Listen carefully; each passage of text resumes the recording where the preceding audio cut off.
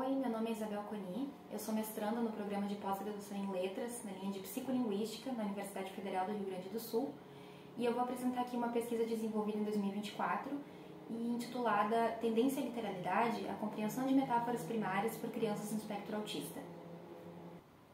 Então, assim, para iniciar, dando uma breve contextualizada, a dificuldade de compreensão de linguagem figurada, sobretudo metáforas, é uma característica comum no quadro clínico do transtorno do espectro autista, ou TEA.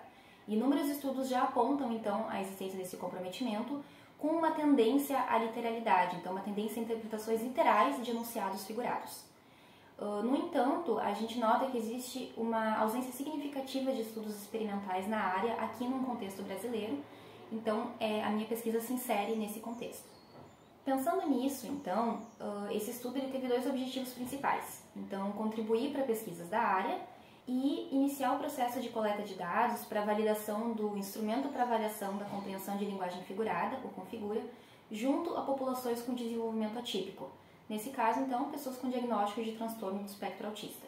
Foi um estudo, então, de base psicolinguística, desenvolvido sob a ótica da linguística cognitiva, mas principalmente sobre os pressupostos teóricos da teoria da metáfora conceitual de Lakoff-Johnson e da teoria das metáforas primárias de Grady.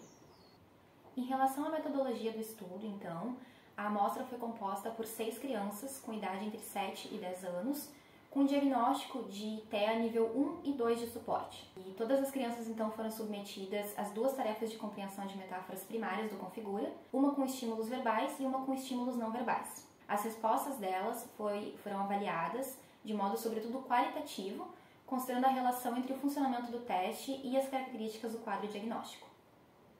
Os resultados, então, apontaram para uma melhor performance dos participantes no caso das tarefas de metáforas não verbais, então com estímulos visuais, assim como scores mais altos no caso das perguntas que exigiam deles menor desenvolvimento verbal. No entanto, ao contrário do que a gente esperava, a soma do desempenho geral para ambas as tarefas de todos esses participantes foi acima da média, e com poucos registros de interpretações literais. Então isso demonstra que, ao menos no caso desses participantes, houve sim certa compreensão metafórica. É importante ressaltar que os resultados aqui apresentados não são estatisticamente representativos, porque a amostra não foi suficientemente significativa para tanto. No entanto, eles são interessantes no sentido de apontar caminhos futuros para outros estudos experimentais que busquem investigar esse assunto. E então, para concluir, o instrumento utilizado, o Configura, ele foi desenvolvido pelo Grupo de Pesquisa Metafolia, Estudos em Semântica Cognitiva, que é vinculado ao Programa de Pós-Graduação em Letras da Universidade Federal do Rio Grande do Sul e acontece sob coordenação da professora Maite Siqueira. E, além de metáforas primárias, o instrumento também investiga a compreensão de outros fenômenos de linguagem figurada, que são provérbios, metonímias e expressões idiomáticas. E as referências, então, desse estudo vão estar disponíveis no pôster, que vai ser exibido, então, junto ao 5º Encontro Mineiro de Psicolinguística.